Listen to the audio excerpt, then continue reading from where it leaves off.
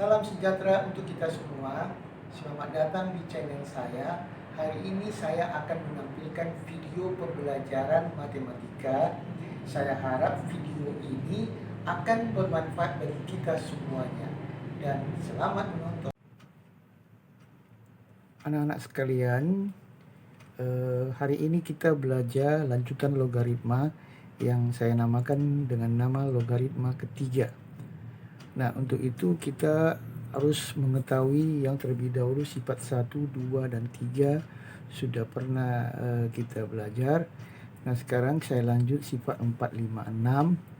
Dan nanti pada logaritma keempat kita ada masuk sifat 7, 8. Tetapi bukan pada saat sekarang. Nah, baiklah kita lihat. Nah, bagaimana sifat 4 pada logaritma? Nah, ini saya akan memperlihatkan bagaimana untuk memperoleh sifat 4 itu, yaitu dengan cara saya misalkan dulu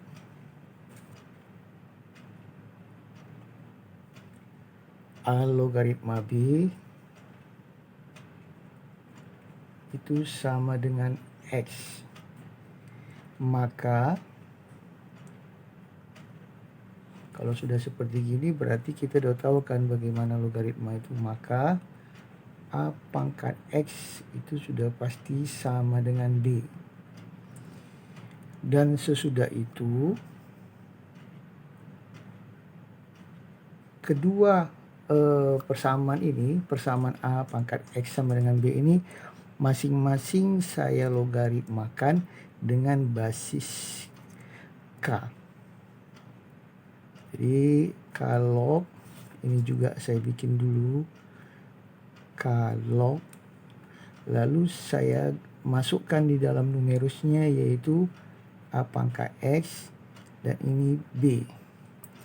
Sesudah itu ini kan sudah kita pelajari sifat ketiga, yaitu pangkat pada numerus bisa ditarik menjadi perkalian terhadap logaritma, yaitu X K logaritma A itu sama dengan K logaritma B. Nah, selanjutnya kan kita sebenarnya mau lihat dulu bagaimana X-nya itu kan. X ya sama dengan. Nah, ini seperti perkalian yang berarti otomatis K log B per K log A. Nah, sesudah itu X tadi apa? Sesudah itu kita lihat X itu awalnya apa? Ini kan A log B. Jadi berarti A log B itu bisa kita buat menjadi pembagian yaitu K log B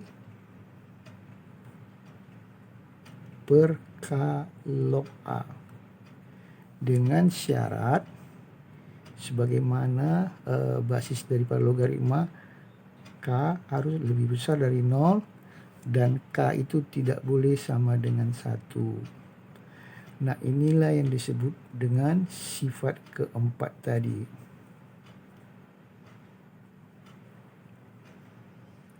Nah, selanjutnya kita lihat dulu kasih contoh sederhana. Ya, di sinilah saya buat contohnya ya. Ini saya tarik garis dulu. Berarti contohnya di sebelah kiri saya pilih dulu tempatnya. Yaitu contoh 3 logaritma 5. Nah, kalau saya ingin membuat dia ini berubah basisnya, bisa saya buat dulu log 5 per log 3. Kan gitu, sama seperti ini tadi sebenarnya kan log B per log A, lalu K itu kan basisnya. Lalu basis yang saya letakkan di sini tentu berdasar pengetahuan kita, basis itu harus merupakan bilangan positif dan tidak boleh 0 dan tidak boleh 1. Nah, kalau saya bikin di sini 2, di sini 2 kan juga boleh sama seperti ini kan, K sama K. Atau lagi bisa juga kalau ada yang memang berdasarkan kebutuhan, bisa nih kita buat 4 log 5, 4 log 3 dan seterusnya sesuai kebutuhan. Nah, sekarang bagaimana sifat 5? Nah, sifat 5 itu saya berangkat dari sifat 4 ini. Nah, kita lihat ya. Dari sifat 4,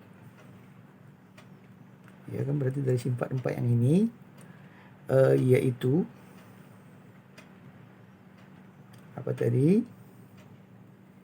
A log B itu bisa dibuat menjadi apa tadi? K log B K log A. Nah, di sini kalau seandainya saya pilihlah K-nya, kan ini kan istilahnya variabel. Bagaimana kalau K-nya ini saya pilih itu dia sebesar B? Apa yang terjadi kalau saya pilih sebesar B? Sehingga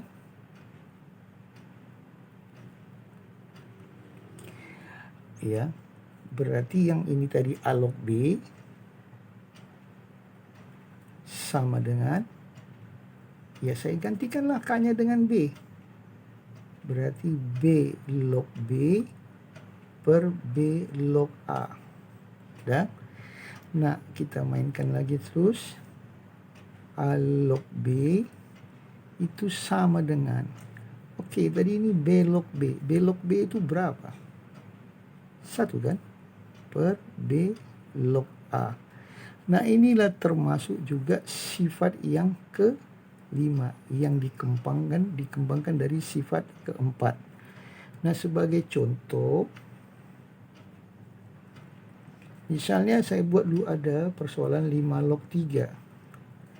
Terus tiba-tiba kita membutuhkan basisnya ini tukar tempat dengan numerus. Bisa saja seperti ini tadi kan, A log B tukar tempat dia ini, tetapi harus digunakan 1 per tukar tempat lah ini 3 log 5. Itulah sifat yang ke-5. Nah, selanjutnya sifat yang ke-6. Nah, sifat yang ke-6 ini juga pengembangan dari semua apa yang ada. Nah, kita lihat, kita misalkan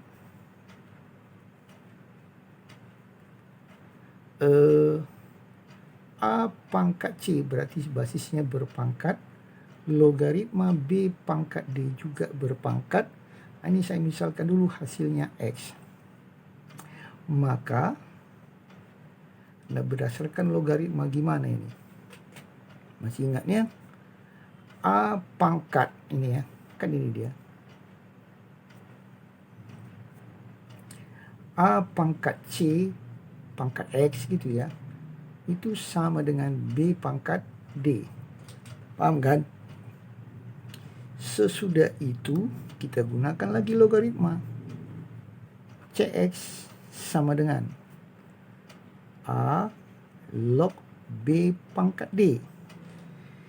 Kita sebenarnya mau cari apa ini sekarang? Mau cari X kan?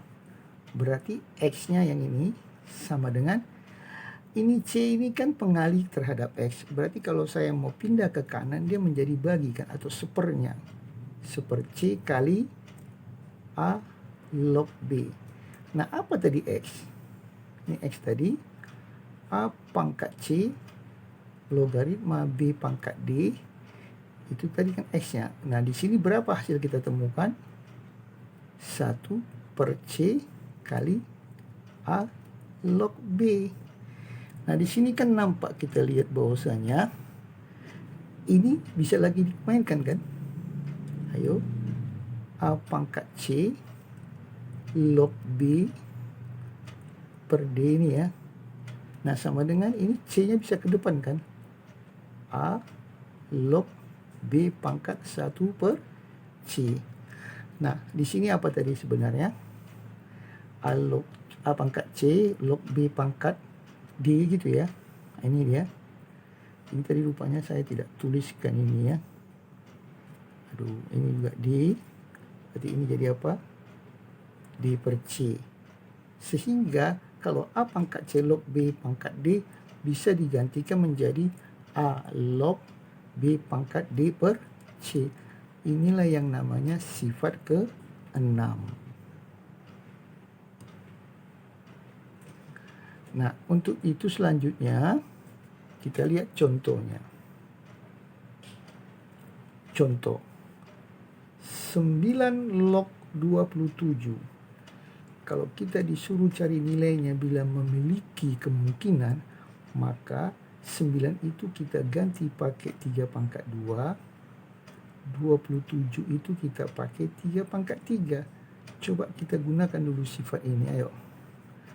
Pangkat-pangkatnya ini bisa bersatu, yaitu T3 ini per 2. Berarti berdasarkan pengetahuan sebelumnya, apabila basisnya dan numerusnya sama di luar pangkat, maka ini disebut 1, di sini 3 per 2-nya. Nah, itulah hasil daripada 9 log 27. Nah, sekarang coba kita lanjut lagi ini tentang contoh-contoh. Dengan menggunakan sifat 4, berarti yang ini ya. Nyatakanlah 5 log 7 sehingga berbasis 10. Jadi kita bikin di sini 5 log 7. Nah, supaya dia berbasis 10, maka itulah yang tadi log 7 per log 5. Ini kita letakkan basisnya 10. Itu kan terjadi pada sifat yang nomor 4 ini kan gitu. Nah, untuk itu kalian harus tahu apabila basis logaritma itu 10, tidak perlu dituliskan, cukup dituliskan log 7 per log 5. Itulah dia untuk contoh yang pertama ini. Nah, kemudian ubahlah 2 log 5 dengan menggunakan sifat 5. Ubah 2 log 5 menjadi sifat 5. Sedangkan sifat 5 itu kan membalikkan basis ya, dengan numerus. Berarti 2 log 5 ya kita balikkan dengan memakai 1 per 5 log 2. Oke, itu sifat 5 tadi kan. Nomor 3, dengan menggunakan sifat 6, berarti yang ini bisa kita ganti lagi kayak hari itu, kayak tadi. 8 log 9 itu menjadi 2 pangkat 3 log 3 pangkat 2 X 3 pangkat 2. Nah, ini bisa diganti di mana?